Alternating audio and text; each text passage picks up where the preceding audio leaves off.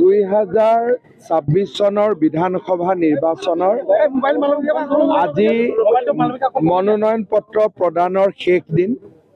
সমগ্ৰ ৰাজ্যতে ভাৰতীয় জনতা পাৰ্টি, বড়োলেণ্ড পিপলছ ফ্ৰণ্ট আৰু অসম গণ পৰিষদৰ প্ৰাৰ্থীসকলে মনোনয়ন পত্ৰ প্ৰদান কৰিছে। মই ৰাতিপুৱা কলিয়াবৰত অগপৰ কাৰ্যকৰী সভাপতি কেশৱ মহন্তৰ লগত আৰু গোলাঘাটত আমাৰ অগপ দলৰ সভাপতি অতুল বৰা ডাঙৰীয়াক মনোনয়ন পত্ৰ প্ৰদানত সংঘ হিচাপে অকণমান সময় তেওঁলোকৰ লগত কটালোঁ।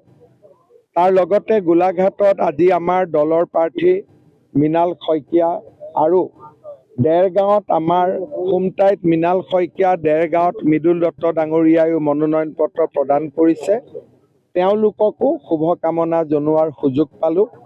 সমগ্ৰ ৰাজ্যতে আজি বহু প্ৰাৰ্থীয়ে মনোনয়ন পত্ৰ দাখিল কৰিছে, কিছুমানে 20 তাৰিখে দিছিলে। মই সকলোকে আগন্তুক নিৰ্বাচনৰ শুভেচ্ছা জ্ঞাপন কৰিছোঁ।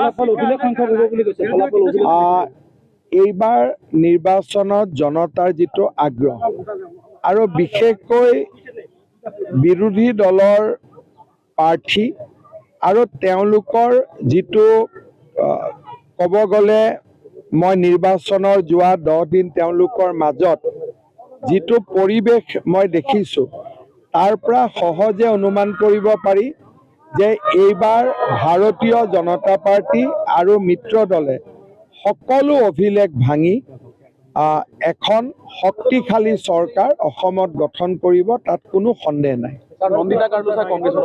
চাওক, আমাৰ দলৰ এগৰাকী বা দুগৰাকী 1400 প্ৰাৰ্থীৰ ভিতৰত খুব বেছি 10 গৰাকী প্ৰাৰ্থী আমাৰ মাজৰ পৰা হয়তো আঁতৰি গৈছে বা আন্দোলনত যোগদান কৰিছে। অইন বাৰৰ তুলনাত এইবাৰ একেবাৰে নগণ্য বুলি ক'ব পাৰি। শূন্য বুলি কোৱাটোতো ভুল হ'ব। শূন্য শব্দটো অলপমান বহুত এক্সট্ৰিম হৈ যায়। মই ইমান এক্সট্ৰিম শব্দ ব্যৱহাৰ নকৰোঁ, কিন্তু মই নিশ্চিত যে আমি এখন শক্তিশালী চৰকাৰ গঠন কৰিম।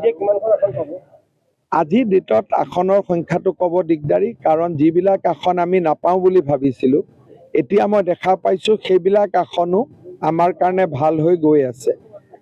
মই ভাবোঁ যে অভিলেখ সৃষ্টি হ'ব। এইবাৰ এখন ইতিহাস সৃষ্টি কৰি বিজেপি আৰু মিত্ৰ দলৰ চৰকাৰ গঠন হ'ব।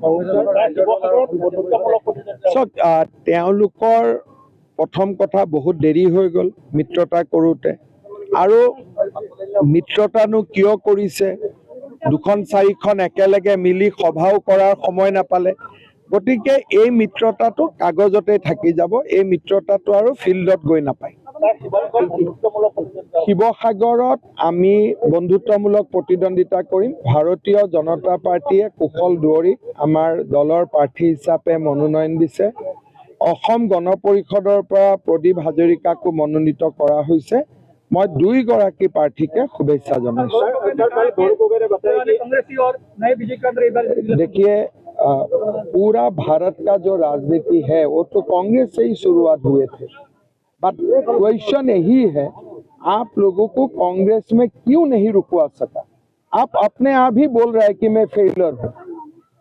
कोई बोलेगा कि मेरा ही लोग जाके अलग पार्टी में है, मतलब मैं लीडर होने का योग्य ही नहीं हूँ।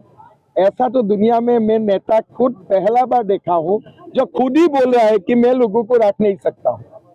ऐसा तो दुनिया में कोई नेता हमने जीवन में नहीं देखा। उनको तो पाकिस्तान जाना चाहिए। माने आदर्श कांग्रेसी बुली कोने निजे निजे কৈছে? যোনে APSC 1.5 কোটি 2 কোটি টকাকৈ ঘোষ লৈছিলে আৰু যোনে বিনা পইচাত চাকৰি দিছে, আদৰ্শ কাৰ লগত আছে?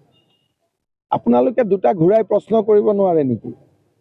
এটা চৰকাৰী চাকৰি দিওঁতে এই তথাকথিত আদৰ্শসকলে 1.5 কোটি টকা লৈছিল, আৰু বিজেপিয়ে 1.5 লাখ চাকৰি বিনা পইচাত দিছে, দুখীয়া ল'ৰা ছোৱালীক দিছে। আদৰ্শ কাৰ লগত আছে? এটা আপোনালোকে মোক কওকচোন। আজি ৰাইজৰ যিটো ফূৰ্তি, তাক দেখিলে আপোনালোকে অনুমান কৰিব নোৱাৰে নেকি আদৰ্শ ক'ত আছে? গৌৰৱ গগৈয়ে নমিনেশ্যন দিছে, মই শুভেচ্ছা জনাইছো, কিন্তু ভাৰততকৈ পাকিস্তানত দিলে তেওঁ বেছি ভোট পালেহেঁতেন। মই এইটোকে কৈছো, তেওঁ যদি পাকিস্তানত ইলেকশ্যন খেলিলেহেঁতেন ভোট বেছি পালেহেঁতেন। শিৱসাগৰত আমি ভাবো যে কৌশলগত কাৰণত বন্ধুত্বমূলক প্ৰতিদ্বন্দ্বিতাৰ প্ৰয়োজন আছিলে, আৰু সেইকাৰণে দুইটা দলে কথা পাতি সিদ্ধান্ত লৈছে। মোক গোটেই 126টা ৰিজাল্ট মই জানো, গতিকে আপুনি যদি মোক জালুকবাৰী ৰিজাল্ট সোধে মই ক'ব পাৰিম, 126টা ৰিজাল্ট মই ক'ব পাৰিম। গৌৰৱ গগৈ আৰু হাতীত উঠি আহিছিলে, লতি ঘটি লাগিছে, এইবাৰ ট্ৰেক্টৰত উঠি আহিছে।